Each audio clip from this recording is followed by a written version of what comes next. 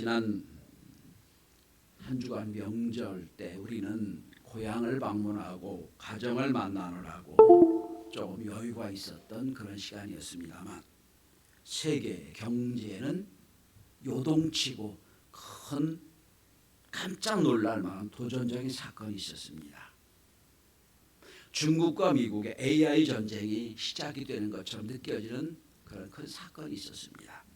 그동안의 세계는 AI를 누가 빨리 만드느냐, AI를 어떻게 사용하느냐의 전쟁이었습니다만, 지난주 중국의 스타트업 기업 중에 딥시크라는 기업이 지금 미국 기업이 만든 AI보다 20%밖에는 돈을 안 들이고도 그만큼 이상의 성능을 나타내는 그런 AI를 만들었다고 발표했기 때문에 세계는 요동쳤습니다. 20%도 안 되는 돈을 가지고 그 많은 능력을 발휘하는 AI를 만들었다고? 이 소식이 전하면서 소위 챗GPT 엔비디아 주식은 17%가 빠졌고요. 우리나라 삼성전자, SK, 하이닉스도 엄청난 주가가 빠졌습니다. 소위 패닉 현상이 된 겁니다. 하루아침에 급변하는 그런 한 주간이었습니다. 경제신문은 온통 도배를 했습니다. 우리나라는 탄핵과 계엄령이 꼼짝 못하고 있는 상황인데 세상은 눈이 휘둥그레지도록 바뀌고 있다는 뜻입니다. 실제로 삼성전자 같은 경우는 10년 전만 해도 이건희 회장이 있을 때만 해도 세계를 선도하는 반도체 기업이 됐습니다. 그런데 이재용 회장이 들어선 후부터는 점점 밀리기 시작합니다.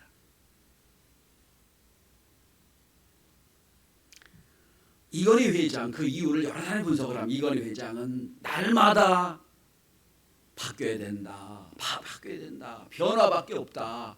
그래서 우리가 잘 아는 말이 있었잖아요. 마누라와 자식을 빼놓고 다 바꾸자. 우리는 충격적으로 받아들인 사건이 하나 있어요. 삼성그룹의 모든 회장을 독일 프랑크푸르트에 모아놓고 삼성의 각 전자제품과 일본의 전자제품을 비교해 놓았습니다. 그러니까 게임이 안 되거든요. 일본이 우리나라 옛날 10년 전. 그래서 그들 회장이 보는 데서 삼성그룹의 모든 전자제품을 다 불태워버렸어요. 깨버렸습니다. 이래가지고 되겠냐? 그때 그 프랑크푸르트 선언이 됐습니다. 그 장면을 뉴스에서 봤어요. 얼마나 충격적이었는지. 여러분, 20세기 후반부터 모든 주제는 변화합니다. 변화가 없는 건 살아있는 게 아니라고 늘 얘기합니다. 변화가 변혁이라는 단어로 바뀌고 변혁이 혁신이라는 단어로 바뀝니다. 이게 21세기 추세예요. 변화 갖고 안 돼, 변혁해야 돼, 변혁 갖고도 안 돼, 혁신해야 돼, 계속 바뀌는 거지. 실제로 중국의 딥시크를 만들어낸 아이는 25살의 여자아이의 설계였다고 합니다. 충격이에요. 이 미국의 그 엄청난 수석 박사들이 만드는 그 챗GPT 갖고도 지금 성공했다고 하는데 그걸 확 뛰어넘는 그걸 발견하고 지금 세계가 휘둥그레졌습니다. 성경의 주제도 전 변화라고 생각합니다. 이 땅 100년의 인생이 아니라 영원한 인생으로의 변화, 땅의 인생이 아니라 하늘의 인생으로의 변화, 물질적 인생이 아니라 영적 인생으로 변화, 이게 성경의 주제라고 생각합니다. 그러니까 예수 10년 20년 믿어도 안 바뀌었다, 예수 안 믿는 거예요. 생각이 안 바뀌었다, 안 믿는 거예요. 내 행동이 안 바뀌었다, 예수 건 믿은 거예요. 바뀌어야 됩니다. 뭔가 예수 믿고 나 내 인생이 바뀌고 가치관이 바뀌고 생각이 틀이 바뀌고 행동이 바뀌는 게 예수 믿는 거예요. 저는 성경이라는 무도한 인물 중에 극적인 인생의 변화를 가져온 사람 중에 대표가 누구라고 생각하냐면 오늘 주인공인 사울이라고 생각합니다. 완전히 바뀌어버립니다. 가장 율법주의자이자인 사울이 가장 복음주의자로 바뀝니다. 아주 어떻게 보면 유대교에 아주 집착했던 사람이 완전히 열려져서 하나님의 사랑을 바뀝니다. 전 이 사울의 변화를 오늘 본문에 나오는 두 단어로 요약할 수 있다고 생각을 합니다. 한번 오늘 본문을 한번 보시기 바랍니다. 본문을 기사나 성경책을 가지고 좀 찾아오세요. 성경책을 보시고 자 1절 한번 보십시다. 1절에 여전이라는 단어가 나오죠. 여전히. 이건 바뀌지 않았던 사울의 모습이에요. 여전히 사울은 자기가 하나님 잘 믿는 줄 알았어요. 여전히 사울은 지금 자기가 하나님을 잘 믿고 율법을 지키는 게 구원이라고 생각했고 여전히 그렇게 살아요. 여전이라는 뜻의 이유는 뭡니까? 바뀌어야 되는데 안 바뀌었다는 뜻이에요. 여전히 안 바뀌고 있어요. 여전히. 여러분도 아는 대로 우리가 지난 시간에 본 대로 여러분 스데반 집사가 순교하는 현장의 책임자가 사도 바울이었잖아요. 그게 하나님 잘 믿는 줄 알았단 말이에요. 여전히 그랬어요. 오늘도 본문을 보세요. 1절을 보시면 주의 제자들에 대하여 여전히 위협과 살기가 등등하여 그리고 제자들을 죽이려고 공문을 받아서 가는 중이에요. 여전히 안 바뀌어요. 여전히 똑같아요. 그런데 그 인생이 어떻게 바뀌는 줄 아세요?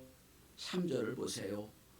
호련히 하나님을 만납니다. 예수를 만나요. 오늘 말씀의 제목이 뭔지 아세요? 여전히에서 호련히예요. 사실은 제목이 좀 길어서 뺐어요. 여전히 인생에서 호련히 인생으로 바뀌자. 여러분 한번 말씀을 한번 오늘 저 나누면서 내가 여전한 인생을 살고 있는지 호련히 바뀐 인생을 살고 있는지 한번 돌아볼 수 있기를 바랍니다. 다시 말씀드립니다. 예수 믿었는데 내 가치관이 안 바뀌고 생각이 안 바뀌고 행동이 안 바뀌었다. 그럼 생각해 봐야 돼요. 내가 예수를 잘 믿고 있는가? 그냥 내가 교회만 왔다 갔다 하는 것으로 내가 그냥 예수 오래 믿어가지고 직분을 얻는 것으로 내가 예수 오래 믿어가지고 그냥 교회가 습관에 대해서 그냥 안 오면 이상하게 생각해서 오고 있는지는 아는지 여전히 똑같이 살고 있지는 않은지 돌아봐야 됩니다. 여전한지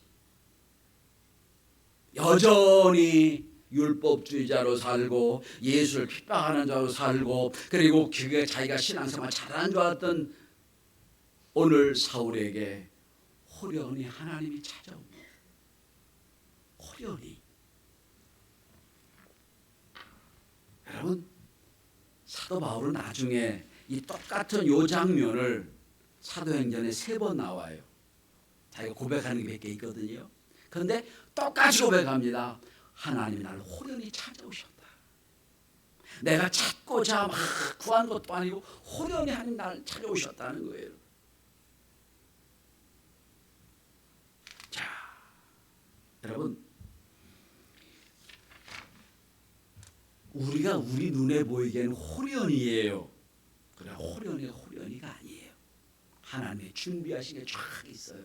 준비한 게 계속 있는데 우리 눈엔 그 장면만 호련히 보일 뿐이에요. 여러분 예수님이 이 땅에 탄생하실 때도 누가복음에 보시면 호련히 천군 천사가 나타나서 예수 탄생을 알립니다. 호련인가요? 아니에요. 예수님 수천 년 준비하신 사건이 호련히 보일 뿐이에요.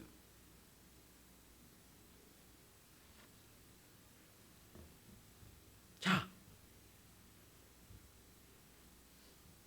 여러분 사도 바울에게 호련히 하나님 나타나서 어떤 사건이 벌어졌냐? 여러분 호련히 오늘 사도 바울을 만나신 사건은 하나님이 사울을 바울로 만드시는 위대한 사건이었다는 걸 알아야 됩니다. 이제 바울이란 큰 자라는 뜻이거든요. 큰 자로 자기가 믿음이 죽었다는 사람으로 생각했던 바울이 나중에 여러분 사울이 바울 작은 자로 바뀝니다. 나 스스로 큰 자였던 사람이에요. 그런데 그가 깨닫고 보니 가장 작은 자 바울로 바뀌어요. 그러니까 사울이 바울로 바뀐 사건을 본문의 사건. 내가 큰 자였어. 난 다 가진 사람이었어. 나는 국회의원도 하고 나는 학자도 되고 나는 그 명망이 있는 사람이야 라고 했던 사울이 가장 작은 자로 바뀌는 사건을 보면 사건이에요.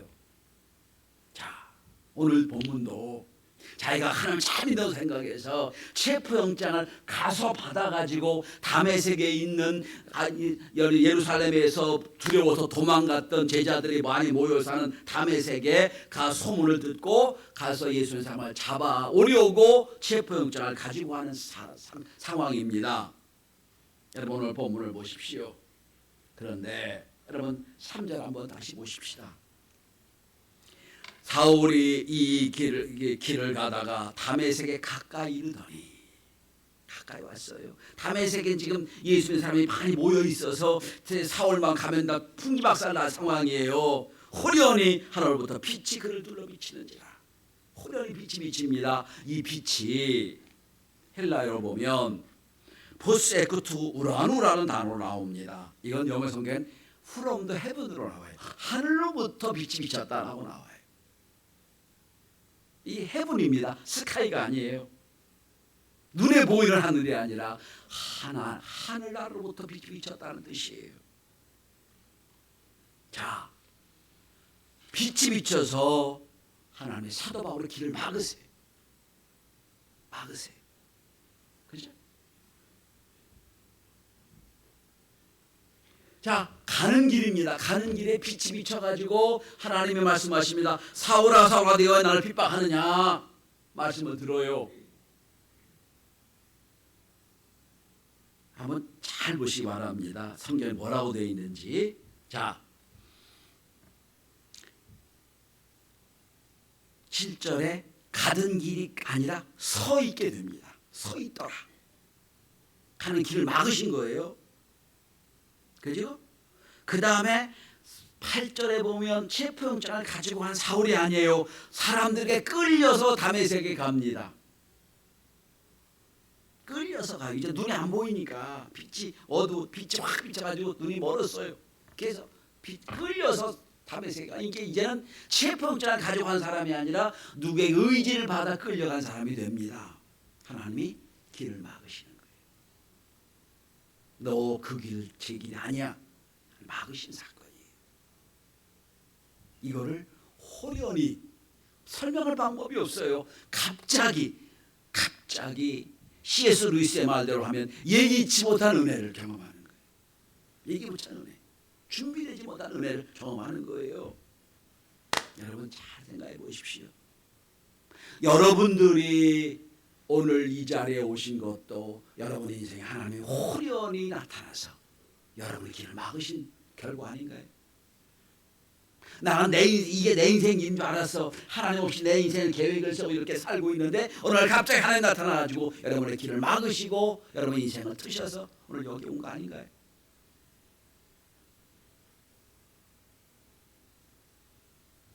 아나니아도 이미 다 준비되어 있어요.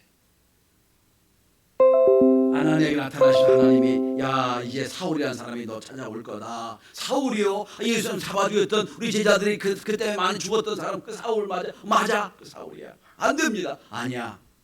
사울이 내가 쓰려고 준비한 사람이야. 너 아나니아야. 사울을 만나거든 안수해줘라. 이게 뒤에 나온 사건이 다 준비된 거예요. 그러니까 사울 입장에서 호련이지만 하나님 입장에서 다 준비해서 다 계획을 세우고 말씀하시는 거예요. 여러분 창세기를 한번 읽어보시면 아주 이스라엘 세계에서도 눈에 안 보이는 이스라엘의 작은 부족 12부족에 불과했던 이스라엘을 하나님이 세계에 움직이는 나라로 만드십니다. 잘 한번 보세요. 그 위하여 하나님 모세가 등장합니다. 애굽이란 모판이 등장합니다. 요셉이 등장합니다. 요셉만 등장하나요? 수많은 사람이 거기 등장하죠. 다 계획해. 그리고 나중에 마지막 로마까지 등장을 하지요. 그리고 하나님이 그 이스라엘을 세우시는 거예요. 그러니까 하나님이 이스라엘을 세우기 위하여 온 세계는 소품이에요. 등장인물이 다 나옵니다. 하나님이 계획하에 자기들의 사역을 잘 감당하고 위대한 구원의 드라마를 쓰는 거예요.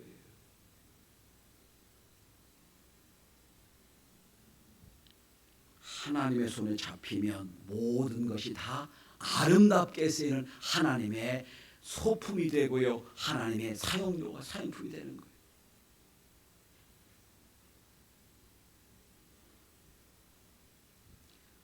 저는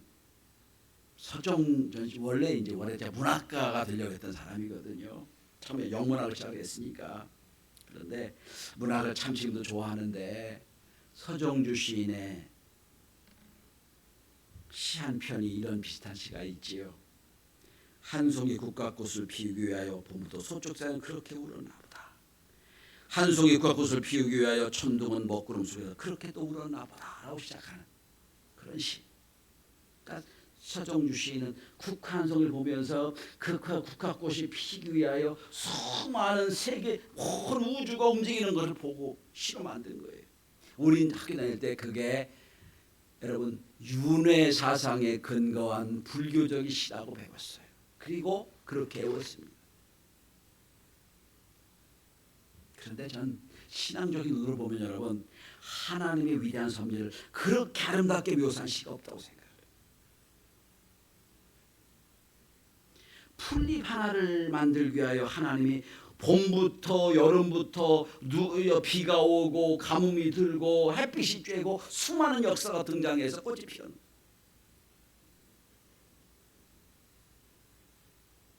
노란 꽃잎을 위하여 그 밤에는 무서리도 내려야 돼요. 이게 신의 눈에 본 사건이에요. 서정주 씨는 불교인이었습니다. 불교적인 시를 쫙 썼어요. 내 아들이 둘이 있었는데 다 사실은 문단에 등용된 문인이었어요. 근데 둘 다 미국으로 가서 공부를 하고 큰 아들은 변호사가 됐고 미국 변호사가 됐고 둘째 아들은 의사가 됐어요. 근데 그렇게 신앙생활 잘했어요. 서윤이란 지금 은퇴한 의사였는데 서정주 시인이 말년에 아들네에 가서 그 둘째 아들 때문에 예수로 변화됩니다. 그리고 예수 믿고 그는 하늘나라에 갑니다. 그렇다 보면 사실은 이 서정주 시인 국화협회에서 하는 시도 신앙적인 해석이 가능하다고 생각을 해요. 월간 조선에 보면 이 두 아들이 쭉 얘기가 쫙 나옵니다. 근데 서윤이 둘째 아들이 이런 얘기를 해요. 아버님 시를 제가 존경하고 아버님을 존경하고 저도 문인이었지만 아버님 돌아가셔서 가는 세계와 내가 갈 세계가 다를 겁니다. 아버지가 충격을 받고 그래서 그가 기독교 회심을 합니다. 여러분들이 이 자리에 앉아서 예배드리기까지 얼마나 많은 사람들이 기도가 있었고 관심이 있었고 하나님께 부르짖는 게 있었으면 기억하셔야 돼요. 이게 호련이에요. 하다 보면 호련이에요. 절대 호련이 아니에요. 자, 이제 두 번째입니다. 호련이 나타낸 사건은 다윗의 눈이 열려지는 사건이 됩니다. 강한 빛이 쫙 빛이 비쳐서 사도 바울이 눈이 멀어요. 사흘 동안 눈이 멀어요. 그래서 다른 해 부축을 받아야 갈 정도가 됐어요. 식음을 전폐합니다. 사흘 동안. 그리고 아나니아가 사울을 만나서 안수하는 중에 오늘 본문을 한번 보시기 바랍니다. 18절 보세요. 아나니아가 사울을 만납니다. 하나님이 너를 택하시기 위해 나를 보내셔서 너에게 안수하라 하신다. 너에게 성령 주라고 하신다. 그래서 아나니아가 안수를 합니다. 안수했다면 18절 한번 보십시오. 호련이와 비슷한 단어가 또 나오지요. 즉시 즉시 사울의 눈에 비늘 같은 것이 벗어져 다시 보게 된지라. 그동안에 보지 못했단 말이에요. 이제 다시 보게 됐어요. 비늘 같은 것이 벗겨집니다.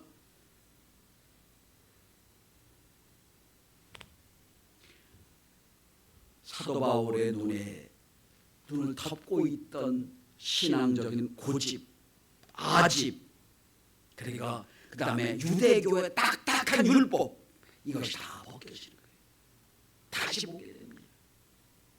여러분, 예수 믿는다는 것은 우리의 영적인 눈이 뜨여진다는 걸 말하는 거예요. 이 땅이 전부인 줄 알고 뭘 먹고 살아야 되나, 무슨 돈을 벌어야 되나, 이곳으로 살던 인생, 그 눈이 바뀌어서 하늘나라를 보게 된다는 뜻이. 지난주 말씀을 기억하세요. 스테반 집사가 뭐를 봅니까? 하늘을 우러러 하늘 문이 열리는 걸 보고, 그리고 거기 한 우편에 예수님이 앉아 계신 걸 보잖아요. 보는 거예요. 전 여러분들이 교회 와서 예배 드릴 때마다 여러분 눈이 열려져서 천국의 놀라운 역사를 볼 수 있기를 바랍니다. 야, 저 땅이 저런 땅이구나 볼 수 있기를 바랍니다. 자, 지난주 말씀드린 것처럼 이제 스테반 집사가 죽이는 현장에 있으면 스테반 집사가 하늘 문이 열리는 것을 보고 나를 영접하시려고 예수님이 하나님 우편에 서신 것을 보는 걸, 그 보았던 그 사건이 골로새서 3장에 보면 똑같은 얘기하잖아요. 하늘을 봐라, 거기는 하나님 우편에 앉아 계시느니라 라고 똑같이 보잖아요. 이게 뭡니까? 눈이 밝아지는 거예요. 눈이 밝아지는 거. 여러분 신앙생활하면서 영의 눈이 밝아져서 이 땅의 육신적인 것이 전부가 아닌 줄 알고 영원한 세계를 볼 수 있는 눈이 열려지길 바랍니다. 열려지는 은혜가 있길 바라요. 제가 좋아하는 것이 이어령 선생인데, 이런 선생이 책이 한 40권쯤 돼요. 거의 다 읽고 다 있어요. 여러 번도 읽었고요. 근데 전 댓글이 있어요. 아니 똑같이 글씨인데 나 똑같이 읽었는데, 아니 왜 저분은 여기서 이런 생각을 하고 이런 걸 볼 수 있지? 그렇게 막 도전할 때가 참 많았어요. 아니 똑같이 읽었는데, 아니 똑같이 보는데, 아니 왜 이건 안 보이지? 마찬가지예요, 여러분. 예수 믿는다는 것은 영의 눈이 열린다는 걸 얘기합니다. 비늘 같은 게 벗겨지고 새로운 세계를 볼 수 있는 호련히 은혜, 호련히 임하시는 주의 은혜를 체험할 수 있기를 바랍니다. 마지막 세 번째입니다. 자, 이제 사도 바울이 아나니아를 만나면서 아나니아에 하신 말씀이 있어요. 여러분 오늘 본문을 한번 보시기 바랍니다. 자, 아나니아가 아니 왜 사울을 내가 안수해야 됩니까? 아니 왜 예수 사람 장모님 사람 만나야 됩니까? 라고 했을 때 하나님이 여러분 15절에 보면 아나니아에게 미리 말씀하세요. 내가 이 사람 택한 이유가 있다. 15절입니다. 가라, 이 사람은 내 이름을 이방인과 임금들과 이스라엘 자손들에게 전하기 위하여 택한 나의 그릇이다. 하나님 말씀하세요. 이방인을 위한 사도다 라고 딱 못을 박았어요. 그런데 성경은 다 펴져 보이시죠? 같은 사건을 나중에 아그리빠 왕 앞에서 고백하는 장면이 나와요. 여러분 사도행전 22장을 한번 펴보시기 바랍니다.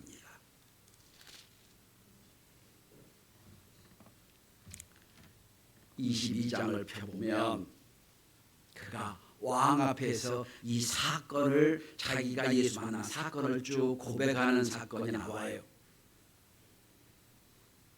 2절부터 시작해서 쫙 똑같은 사건이 나옵니다. 그런데 오늘 사도행전과는 조금 다른, 사도행전에 없는 말씀이 하나 있어요. 그걸 제가 보겠습니다.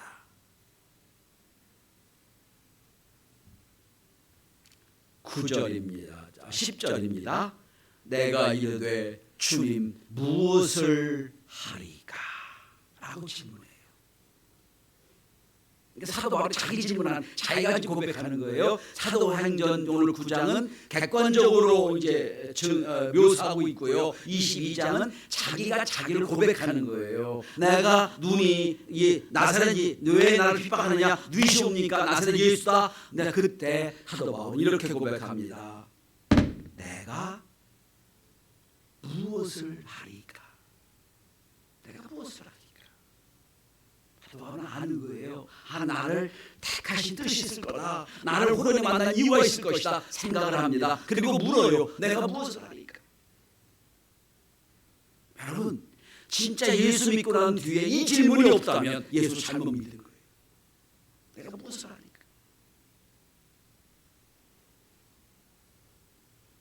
주님, 내가 무엇을 하리까? 이거 중요한 겁니다. 주님, 지금까지 주님은 사도 바울이 알고 있는 도구화된 하나님이었어요. 율법주의 하나님. 이제 주인이 바뀌어요. 예수로 바뀝니다. 주님. 그리고 다음 질문이에요. 무엇을 하리까? 무엇을 하리까? 호련히 나타나는 하나님의 은혜를 체험하고 사명을 받아 사명을 깨닫는 거예요. 무엇을 하리까? 저는 늘 말씀드립니다. 신앙은 명사가 아니라 동사를 말씀드렸어요. 동사예요. 명사가 아니에요. 믿는 것이 아니라 믿고 행동하는 거예요. 신앙은 동사예요. 무엇을 하니까 질문이 안 나면 예수 안 믿는 거예요. 내가 무엇 해야 됩니까? 혹시 여러분 이번 설의 명절에 가족을 만나고 이웃을 만나는데 아직도 예수 안 믿는 가족을 만났을 때 속이 답답하고 못 느끼십니까? 내가 어떻게 하지? 어떻게 저 사람 예수 믿게 하지? 이거 없다면 사실은 예수를 진짜 믿고 있는지, 천국 진짜 믿고 있는지 생각해 보시죠.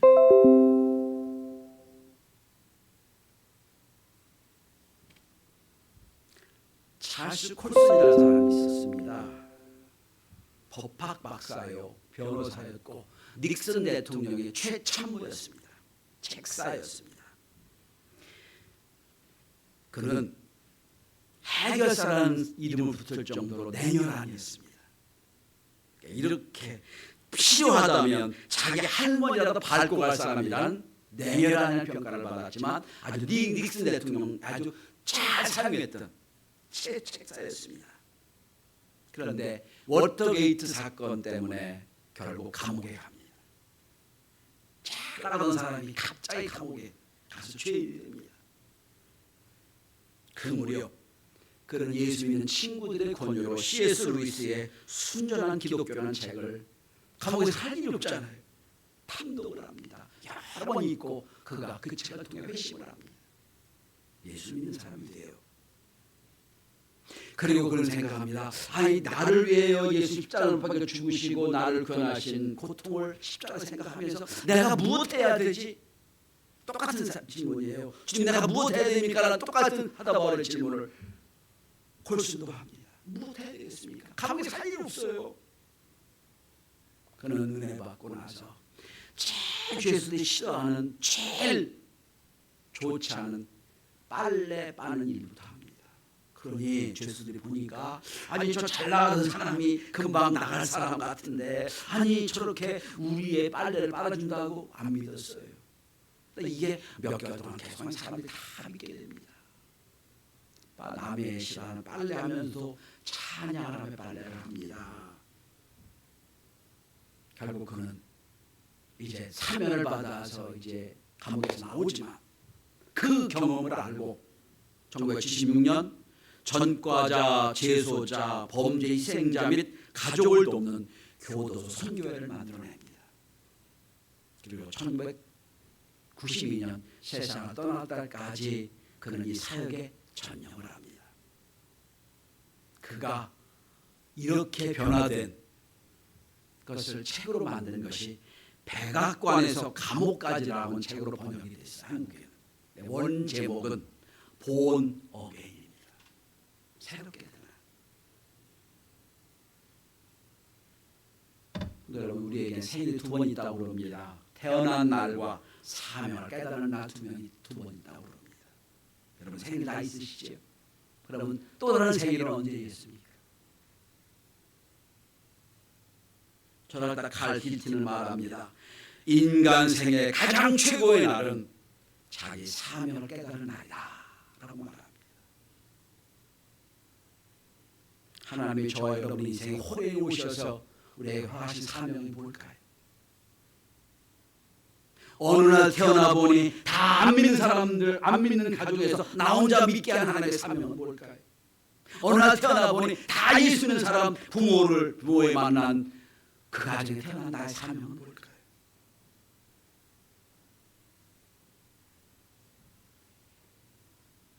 오늘 우리는 똑같은 질문을 해야 됩니다. 내가 진짜 예수 믿었으면, 하나님의 자녀가 됐으면 주님 무엇을 하리까? 무엇을 하리까? 이 질문 끝에 여러분 각자의 다른 해답이 나올 겁니다. 올 1년 동안 이 질문을 기억하십시오. 주님 무엇을 하리까? 그럼 호련히 나타나셔서 우리에게 주신 은혜가 여러분 가운데 있게 될 겁니다. 기도합니다.